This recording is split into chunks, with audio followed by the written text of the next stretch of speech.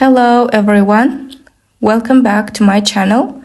Today we are going to learn about how to use there is and there are correctly in English. Бүгін there is және there are конструкциясын не үшін және қай кезде қолдану керек екенін үйренетін боламыз. Let's get started. There is, there are конструкциясы бір жерде бір нәрсенің бар екенін көрсету үшін қолданылады. Яғни заттың бар екенін білдіру үшін. Олар сөйлемде қалай орналасады? There is, there are міндетті түрде сөйлемнің басында тұрады. Одан кейін объект, яғни зат есім, яғни зат, адам, жануар. Сосын заттың қайда екені немесе қашан екені көрсетіледі. Мысалы, there is a table in the room. Бөлмеде үстел бар. There are exams next week. Келесі аптада емтихандар болады. Немесе келесі аптада емтихандар бар. There is a table in the room. Қазақшаға аудару үшін сөйлемнің соңынан бастап аударамыз. Бөлмеде үстел бар. There is әлде there are бола ма? There is бір заттың бар екенін айту үшін қолданылады. Мысалы, there is a table. Ал there are бір емес, бірнеше нәрсе үшін қолданылады. There are 3 tables. There is a table in the room. Бөлмеде бір ғана үстелдің бар екені айтылып тұр. There are 4 chairs in the room. Бөлмеде 4 орындықтың бар екені айтылып тұр. Көпше түрде there are қолданылған. Су, күріш, сүт, алтын, қант сияқты саналмайтын заттар үшін there is қажет, яғни there is қолданылады. Мысалы, there is milk in the fridge. Тоңазытқышта сүт бар. There are milk деп айту дұрыс емес. Сонымен қатар somebody, something, nobody, nothing сөздермен there is қолданылады. Мысалы, there is nothing in the drawer. Тартпада ештеңе жоқ.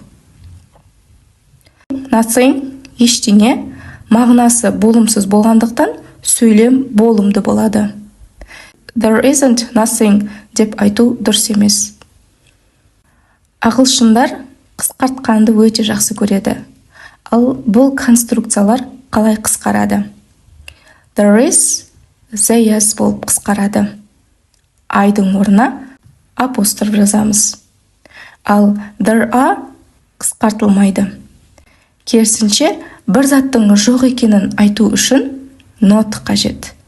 There is not a car in the garage. Гаражда көлік жоқ.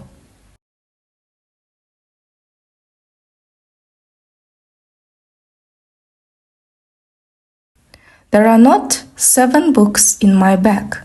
Менің сөмкемде 7 кітап жоқ. Not, there is, there are конструкциясынан кейін қойылады. There is not дегенді there is not немесе there isn't деп қысқартуға болады. Ал they are not, there aren't болып қысқарады.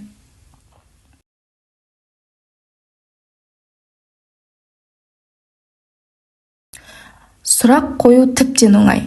Мысалы, there is a new teacher in the school дегенді сұраулы сөйлемге айналдыру үшін is бен there орындарын ауыстырамыз. Is there a new teacher in the school? Мектепке жаңа мұғалім келді ме?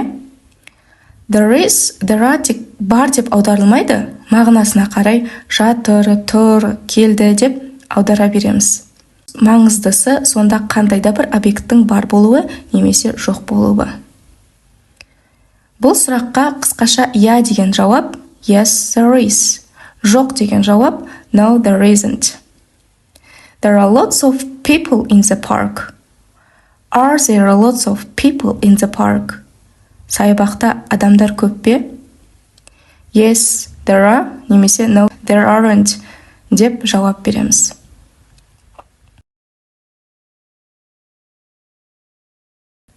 How many? Қанша деген сұраулы сөзбен арнайы сұрақ қойып көрейік. How many сөйлемнің басында орналасады, ал одан кейін көпше түрдегі зат есімдер, сосын are there қойылады. How many tables are there? How many table деп айту қате. Міндетті түрде көпше түрде айтамыз. How many days are there in a week? Аптада неше күн бар? There are 7 days in a week деп толық жауап береміз, себебі сұрақ арнайы сұрақ. Ал арнайы сұрақтарға я жоқ деп жауап бере алмаймыз. There is, there are, some, any есімдіктермен қалай қолданылады? Some және any туралы толық білгіңіз келсе, сабақтың сілтемесін жоғарыда қалдырамын. Some болымды сөйлемдерде, ал any болымсыз және сұраулы сөйлемдерде қолданылады. Some саналатын көп заттармен қолданылады. Мысалы, there are some trees in the garden. Trees саналатын зат және көпше түрде тұр. There aren't any trees in the garden. Бақшада ешқандай тал жоқ. Саналмайтын зат есімдермен there is қолданылатынын білеміз. Мысалы, there is some sugar in my coffee. Менің кофемде азғана қант бар. There isn't any sugar in my coffee. Менің кофемде қант жоқ. Яғни осы таблицаға қарап, оңай түсініп алуға болады. Ал енді білімімізді тексеріп көрейік. Мұнда there is қойылама, әлде there are қойылама? A banana in this basket. There is a banana in this basket. Себебі банан біреу, жекеше түрде there is қолданылады. Dollars in my pocket.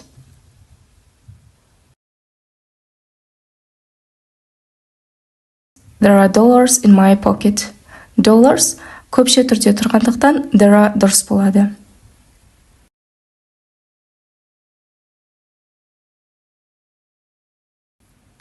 Some bread on the table. There is some bread on the table. Bread саналмайтын зат есім, сондықтан there is қолданылады. Жауаптарын дұрыс тапқандарыңызға сенімдімін. Осымен бүгінгі сабақ аяқталды. Thanks for watching and don't forget to like, share and subscribe for more English lessons. Келесі сабақта кездескенше, see you next time.